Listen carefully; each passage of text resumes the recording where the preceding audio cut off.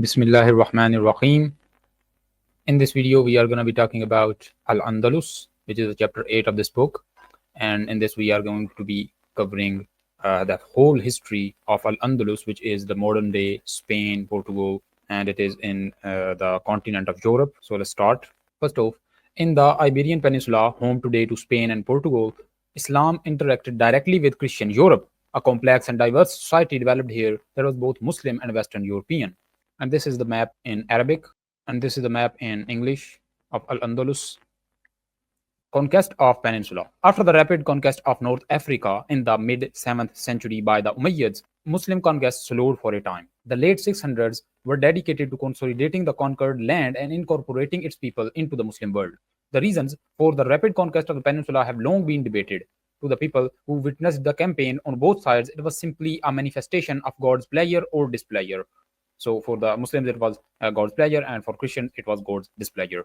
There are, of course, more concrete factors to understand. Firstly, unpopularity of Roderick and the Visigothic monarchy due to pre-existing political conflicts. Some aristocrats failed to support the king in the face of invasion from Africa and during the Battle of Guadalete. The fact that the Visigoths were unpopular is evidenced by the fact that after the climactic battle, few cities put up any resistance to the Muslim invaders. In fact, the main resistance was seen in the northern mountains and was not led by the Visigoths but by political separatists fighting for independence before the Muslim invasion. The relative freedom granted by the Muslims to the general population must have contrasted sharply with an unpopular Visigothic regime. And this is the map in Arabic showing Tariq bin Ziyad and Musa ibn Nusayr moving in with their armies to the peninsula. Settlement. After the quick conquest was over, the settlement of the land by Muslims began. In Al-Andalus, settlement was mostly unorganized and haphazard. The Muslims did not confine themselves to garrison towns, choosing instead to become property owners throughout the peninsula. The Berber immigrants tended to settle in the north and west, seeking pastoral environments similar to that they were used to in the North Africa. The Arab tribes settled mainly in fertile regions of the south and country's main cities such as Cordoba, Valencia, and Zaragoza. Arabs and Berbers regularly intermarried with the local population, eventually creating a new unique society that incorporated aspects of Arab, Berber, and Hispanic culture. Then we have the Umayyad rule in Peninsula. So first off, Abdul Rahman. For the first few decades of Muslim rule, Al-Andalus was little more than a distant and uneventful province of a vast Umayyad Caliphate. Abdul Rahman, a 20-year-old province, escaped from Damascus in 750 CE, just ahead of the Abbasid army, and began an epic journey across the Muslim world in the search of help and support after the rest of the family had perished. His mother was a Berber, so he naturally sought aid in the Berber homeland in the North Africa, always just one step ahead of pursuing Abbasid agents. He finally found support for the Umayyad family in Al-Andalus in 755 CE. Here, he established himself as the ruler of an Umayyad state with Cordoba as its capital, politically separate from Abbasids based in faraway Baghdad. His journey from Syria to this distant western land gave him the nickname Al-Dakhil, which means the immigrant. So this is the 19th century depiction of Abdurrahman I.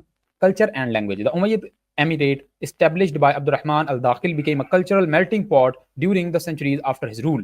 People from the rest of the Muslim world continued to immigrate to this distant land, carrying with them aspects of their home cultures. A large portion of the native Hispanic population converted to Islam in the late 800s and early 900s. By 950, about half of the peninsula's population was likely Muslim, and by the 1100s, Christians would make up only about 20% of the population. Even Christians living in the Al-Andalus adopted Islamic culture and began adopting Arabic language, art, and customs. This influence of culture and language is still seen today in the Spanish language, which retains many loanwords from Arabic. And this is the depiction of a Jew and a Muslim playing chess in 13th century Al-Andalus. Jews also benefited greatly from Al-Andalus society. Throughout the rest of the Europe, Jews were barely tolerated in the Middle Ages, and pogroms against them were a constant threat. In Muslim Spain, however, Jews were given the freedom to practice their religion as they pleased and became integral parts of society. Jewish philosophy reached its zenith in Muslim Spain, producing scholars such as Maimonides, who is known to this day as one of the greatest Jewish philosophers of all time. And this is the purported portrait of Maimonides from which all modern portraits are derived. This is the manuscript page by Maimonides, born in Cordoba, and Arabic language in Hebrew letters. So the peak of the Umayyad state in Spain occurred during the reign of Abdurrahman III from 912 to 961. During his almost half century in power, he declared himself as Caliph of the Muslim world. Although he did not have any power outside of the Iberian Peninsula, his claim to the role his Umayyad ancestors held in the 7th and 8th centuries was meant to combat the growing power of the Fatimids in North Africa. The Abbasid caliphs of Baghdad were by now ineffectual prisoners in their own palaces under the command of various Turkic dynasties. And this is the map showing three caliphates. Abdurrahman III was a true patron of arts and sciences on the same level as earlier Abbasid al-Ma'mun and the later Ottoman Suleiman the Magnificent. Over 600 libraries dotted Cordoba, the capital. Its largest library boasted a collection of over 400,000 books in a multitude of languages. Shops were numerous in the city, producing goods that were valued throughout Europe.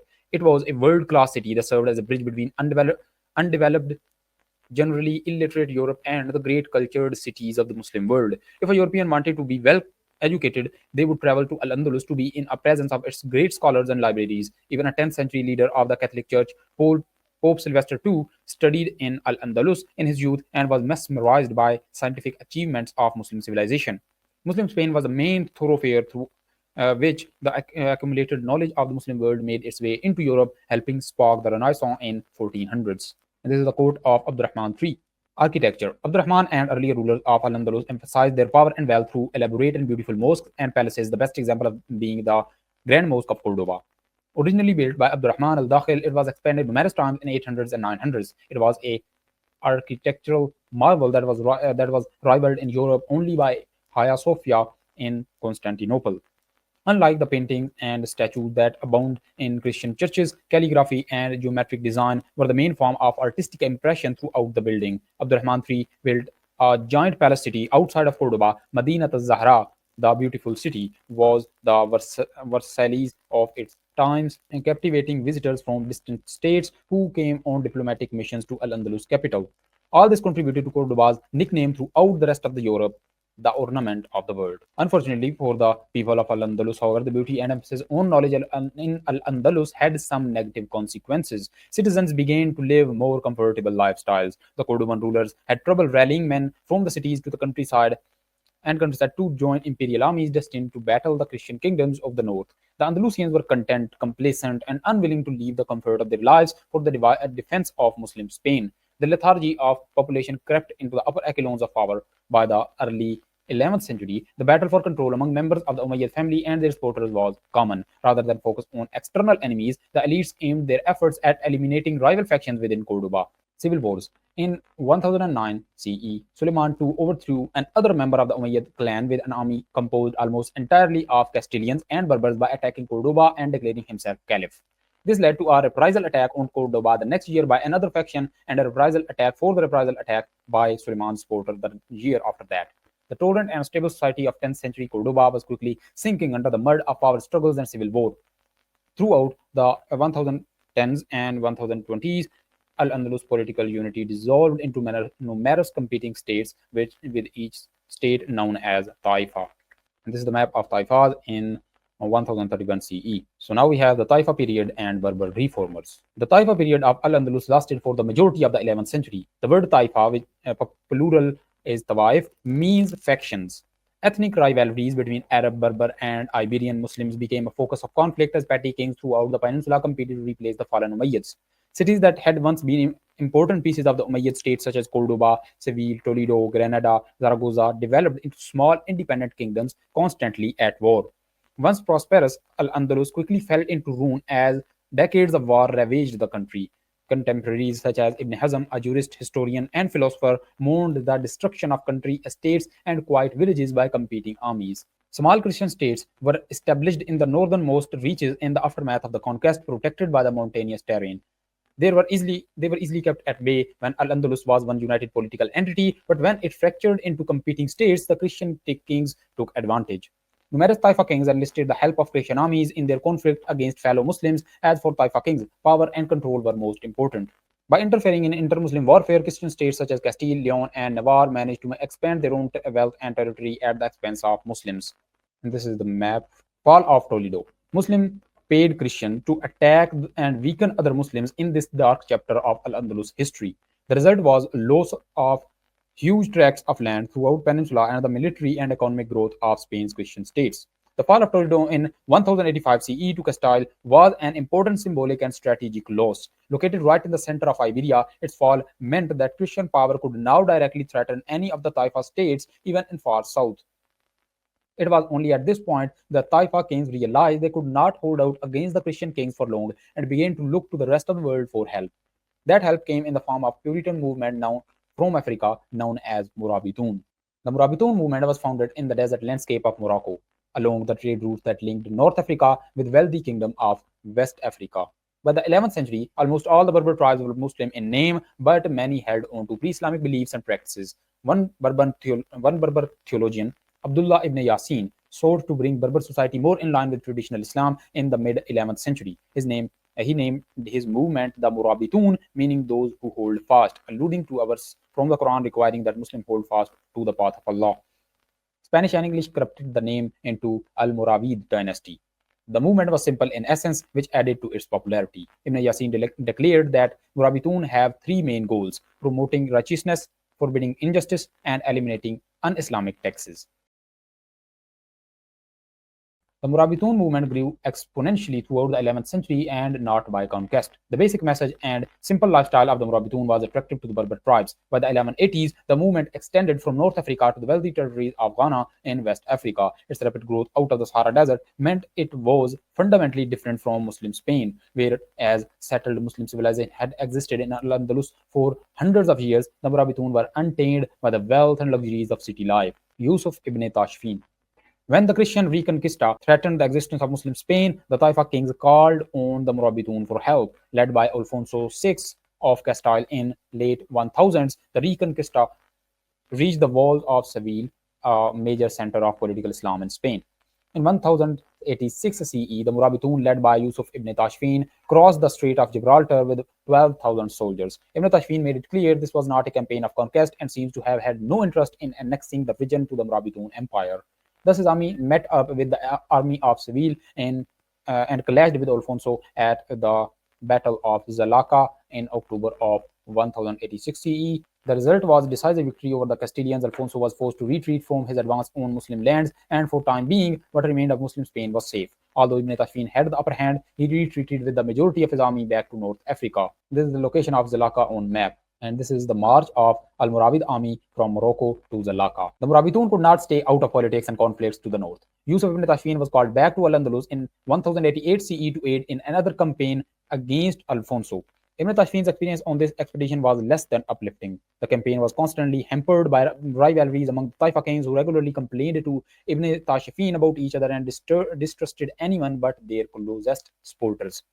The campaign resulted in failure, and Ibn Tashfin returned a second time to Africa, determined not to get involved in Andalusian politics again. The inherent weakness of Taifa, Al-Andalus, and the rivalries of the kings meant that Alfonso VI would once again become a threat to the continuation of Islam in Iberia, and yet again Ibn Tashfin and the Murabitun were called on to save the day. Upon his third entrance into Al-Andalus, Ibn Tashfin came armed with a fatwa, which is the religious ruling from none other than Imam al-Ghazali, declaring that the Taifa kings were corrupt, unfit to rule, and should be removed from power. In 1090 CE, the Murabitun conquest of Al-Andalus commenced, with Ibn Tashfin personally leading the campaign to end the Taifa period. The petty Taifa kings were not willing to give up their realms to the Berbers, and some even pledged allegiance to Christian kingdoms in order to resist the Murabitun. Popular uprisings in support of the Murabitun erupted throughout Al-Andalus, led by scholars who demanded the return of past glory. Yusuf ibn Tashfin's takeover of the Muslim territories of Al-Andalus thus ended up being relatively bloodless. As Taifa kings were overthrown, they were exiled one by one to North Africa. Within 10 years, all the Taifa states had capitulated to Murabitun, with the exception of Zaragoza, whose king signed an alliance with them. Yusuf ibn Tashfin, with an empire that stretched 3,000 kilometers from Al-Andalus to Ghana, was one of the most powerful people in the world at the end of 11th century. And this is the Al-Muravid Empire at its great extent. Nomadic Berber warriors, with a strict interpretation of Islam, conquering and annexing an almost 400-year-old established and settled civilization, would normally be resisted. But here one of the unique repeating themes of Islamic history is seen, which is when a part of the Muslim world is politically fractured and external invasion is imminent, rallying around one leader under the banner of Muslim unity is usually the path to safety.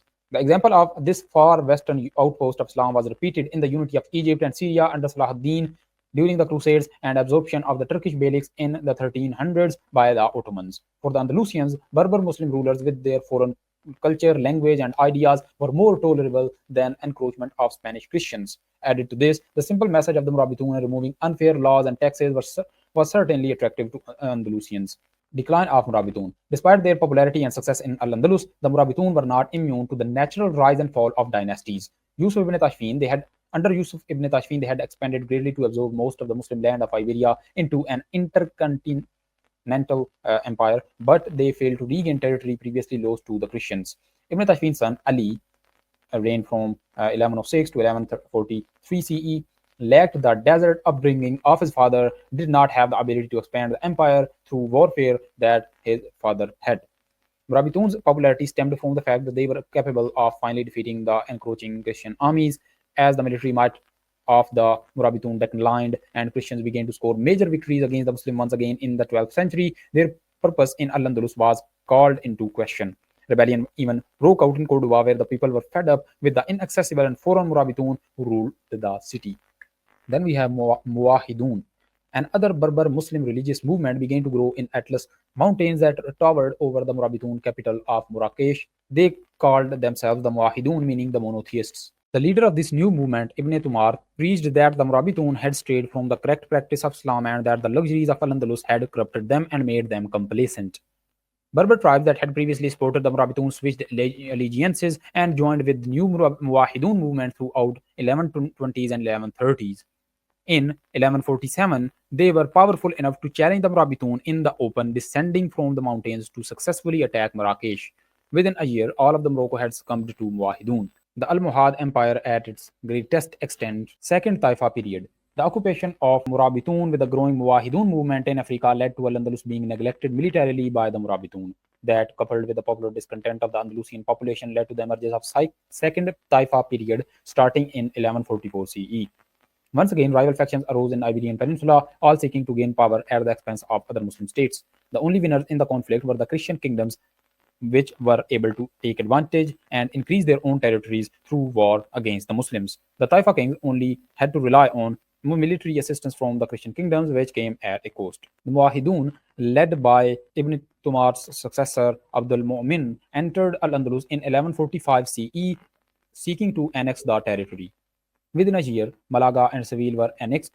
By 1150, Cordoba and Jaén were taken from their Taifa kings. By the time Abdul Mu'min died in 1163 CE, all that remained of Muslim Spain was part of the Muwahidun Empire. Unfortunately for Spain's Muslims, however, all that remained was the southern part of peninsula. The central plains of Iberian Peninsula and the eastern coast were firmly under the control of the Christian kingdoms led by Castile, Portugal, and Aragon. Islamic revival. The arrival of the Muwahidun spurred an Islamic revival. Andalusians refocused themselves on their practice of Islam. The emergence of numerous scholars in the peninsula at this time testifies to this. Perhaps the most notable among them was Ibn Rushd, known as Averroes in the rest of the Europe. Reminiscent of earlier Muslim scholars of the Golden Age, he was a polymath who wrote on subjects ranging from philosophy to physics to psychology. Mystics such as Ibn Arabi and Abu al-Hasan al-Shadili also emerged during the Muwahidun dynasty. They sought to spiritually inspire Muslims to improve their relationship with God, no doubt partly as a reaction to the bleak political climate in Al-Andalus and North Africa. Same pattern. The Muwahidun largely followed up the same pattern as Murabitun. They both emerged out of the harsh desert environment of Morocco. They both sought to fix what they saw as social ills and political weakness in the region. They both halted the Christian reconquista in Iberia, and they both weakened over time as successive generations lost the drive and willpower that their forefathers cultivated in the desert of North Africa. The Muwahidun in Al-Andalus declined as family conflicts over power came to the forefront. The late 12th century saw the emergence of civil war in Al-Andalus, coupled with the continued advance of the Christian kingdoms. This time, however, no new Berber religious movement emerged to take their place. Granada, Battle of Al-Uqab. As they had been doing for hundreds of years, the Christians of Spain took advantage of Muslim weakness and division. Pope Innocent III even called for a pan-European crusade to attack Muwahidun, and in 1212 CE, Spanish, Portuguese, French, and English knights assembled near the Sierra Morena mountain range that served as the border between Christian and Muslim control in Iberia. Led by Alfonso VIII of Castile, the crusade made its way through a pass in the mountains to attack the main bulk of Muwahidun army. At the Battle of Al-Uqab, as Muslim called it, the Muslim forces were totally decimated. Over 100,000 casualties of the Muslims meant that the backbone of Muwahidun power in Al-Andalus was broken. And this is the portrayal of battle. This is the location of Sierra Morena mountain, and this is the view of Sierra Morena range, Granada. With no ability to resist the Christians, major Muslim cities began to fall one by one. Between 1228 and 1248 CE, different regions fell to the Christian onslaught. In 1236, Cordoba fell to the Castilians. The mosque was turned into a Catholic cathedral with a giant chapel built in the center of building. The layout of the building, its niche facing Mecca, and the Quranic inscriptions on the wall all remained surrounding the Christian chapel and ironically testifying to its history as a Muslim house of worship. Not all of Al-Andalus was lost after the fall of Muwahidun. The Emirate of Granada along the southern coast of Iberia remained independent of Christian control. There, an Arab dynasty, the Nasrids, took power and managed to hold on for 2 more centuries. It was the last remaining Muslim state of Al-Andalus territory of Nasrid kingdom from the 13th to 15th centuries. The Nasrids of Granada were never truly independent. They only managed to escape annexation by becoming a tributary state to Castile. After the fall of Muwahidun, the pattern of messy Taifa politics had reappeared. With such disunity, it was only because of Granada's utility in the eyes of the Castilians that they managed to escape annexation. They promised military aid to Castilians along with regular tribute payments of gold, which came from the rich mines of Mali in West Africa. This system continuously strengthened the Spanish Christians of the north while reducing the relative power of the Muslim states throughout Al-Andalus and North Africa. Furthermore, outsiders dominated the economy of Grenada as merchants from the rising Italian states controlled exports to Europe. Two-way trade with the rest of the Muslim world was almost non-existent. Alhambra, the Muslim tradition of grandeur and beauty in architecture, managed to erect one last monument to Muslim Spain. The Alhambra was a fortification that had been in use as the city's citadel for hundreds of years before the rise of Nasrids.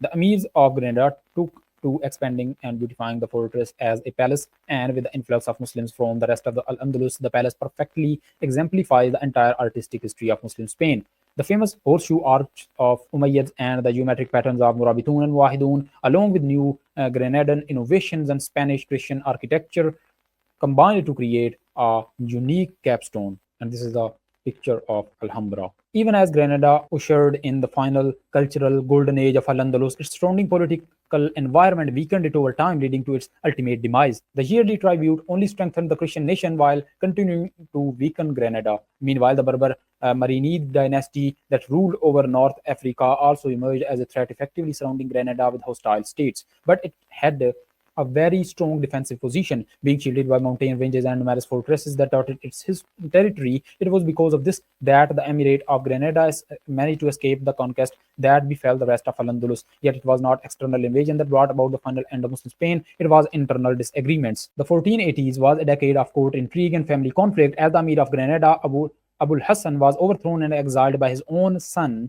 Abu Abdullah Muhammad XII in 1482 CE. Muhammad XII was declared a rebel against God by the scholar class of Granada. As he rallied armies to fight against his father, the Castilians did not let up their encroachment on Granada. Muslim disunity, coupled with advanced artillery in the hands of the Christians, led to the quick capture of strategically important fortresses throughout Granadan territory. Just a few decades after the Ottomans used the cannon to conquer Constantinople in 1453 and launch Islam into Eastern Europe, Christian armies used the same technology to eliminate it from Western Europe. Furthermore, throughout the history of Al-Andalus, whenever the tide turned in the favor of the Christians, North African Muslims would ride to rescue of their co-religionists. But the late 15th century saw no such rescue. The Castilians captured Muhammad XII in 1486 CE, and during his captivity, his father was able to retake the throne. After being held captive for a year, Muhammad was released upon his pledge of allegiance to the Christian state. With arms and soldiers supplied by Castilians, he managed to establish himself once again as the Emir of Granada, leading to another round of civil war, this time against his uncle. He promised to stay out of raging war between Castilians and his uncle, during which most of the Emirate of Granada was conquered by the Christians. By 1490, Granada was the only Muslim-ruled city left in Iberian Peninsula. At this point, the famous Catholic monarchs Ferdinand and Isabella united the kingdoms of Castile and Aragon, paving the way for modern Spain. In 1490 and 1491, during the lead up to the fall of Granada, the Spanish slowly closed in on the lone city. On its own, and with no help coming from Muslims of North Africa, it was impossible for Granada to hold out against the numerically and technologically superior Spanish, and Muhammad XII knew it. On 25 November 1491 CE, he sent his vizier to negotiate terms of surrender with the Catholic monarchs. On 1st January 1492, the city of Granada was officially handed over to Spanish. To the Christians, it was the joyous fulfillment of the centuries-long struggle to make the Iberian Peninsula Christian. To the Muslims, it was the end of a long and important chapter of Islamic history. And this is the depiction of surrender of Granada. Then we last is the Moriscos. The political history of Al-Andalus ended in 1492, but that was not the end of Spain's Muslim population. There were still between 500,000 and 600,000 Muslims throughout the Iberian Peninsula, with most of them in favor of in the former emirate of Granada. It would not have been possible for the Catholic monarchs to expel such a large portion of Spain's population immediately. Instead, Ferdinand and Isabella initially adopted a tolerant approach to the Muslim minority. The Muslims were given freedom to continue to worship as they pleased under the Spanish monarchy. That does not mean that the Christians did not attempt to convert the Muslims to Christianity. Any Muslim that voluntarily chose to convert would be showered with gifts, gold, horses, and other valuables, which led to the number of conversions to Christianity. To the surprise and disheartenment of Christians, after collecting their gifts, most of those converts would be soon found afterwards worshipping in mosques and reading the Quran again. The Catholic Church decided to take a more hardline approach. A Catholic archbishop was appointed in 1499 to speed up the conversion process. The result was an expected rebellion by Muslims against the oppression.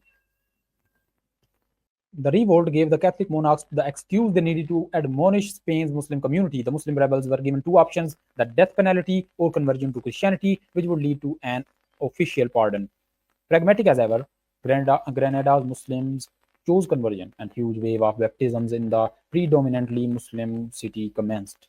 Further rebellions flared in the surrounding countryside, but the more powerful Spaniards eventually put them down within a few years. By 1502, when the rebellions were over, the Christian authorities chose to outlaw Islam throughout the Spain. All the Muslims were given the option to convert, leave Spain, or die. Like the people of Granada, Muslims throughout Spain chose conversion. The supposedly former Muslims professed Christianity to avoid continued persecution while continuing to live as Muslims in the privacy of their own homes. The Spanish authorities instituted numerous laws as part of the Spanish Inquisition throughout the early 1500s to cleanse the Moriscos of their Islamic past. Butchering animals according to Islamic law was banned in 1511 by royal decree. Women were banned from covering their faces in 1513. Muslim-style clothing in general was banned in 1523. In 1526, even speaking Arabic was outlawed, and Moriscos were forced to speak Castilian at all times, including when at home. These efforts to rid the Moriscos of both their religious and cultural heritage only pushed them further underground and caused them to cling more vigorously to their beliefs. Overall, the Inquisition failed to remove Islam from the hearts of most Moriscos. Instead, it forced them to be more creative about how they worked around the laws. The kings of Spain were never fully ignorant of the secret beliefs of Moriscos. Even 100 years after the conquest of Granada, it was clear to the Spanish monarchs and the Catholic Church that the attempts to convert the Moriscos to Christianity were failing. More and more Moriscos continued to be caught in the middle of the Islamic acts by the Inquisition, and the punishments doled out to those caught did nothing to deter others. King Philip III, heavily influenced by hardline Catholic priests, decided in April 1609 to expel all the Moriscos left in Spain. The Moriscos were allowed to take whatever they could carry with them, but the Spanish confiscated their property. Children under the age of 4 were exempt from the expulsion and were taken from their families to be raised as Christians. In the south of Spain, rebellions once again arose. For the first time in over 100 years, the Muslim call to prayer rang out in the valleys and hills of Spain. Public communal prayer, unseen since the years after the fall of Granada, once again convened. And this is embarkation of Moriscos, expulsion of the Moriscos, and beginning.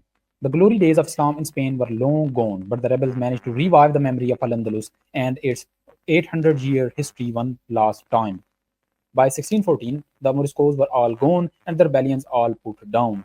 There were reports that some Moriscos had managed to somehow stay in the country and continued practicing Islam in secret for centuries. Despite its contribution to the history of Iberian Peninsula and the rest of Europe, Islam was absent from Spain. But as Muslims were expelled in this western outpost, Islam was just starting to be revived in the east, where the Ottomans would reintroduce Islam to Europe and preside over a new golden age. In 1492, the Spanish government expelled all Jews from their lands. Ottoman Sultan Bayezid II ordered his military and governors to welcome any Jewish refugees from Spain. A sizable Jewish community descended from these Spanish Jews remained in Istanbul until the 20th century. And that is the end of this chapter.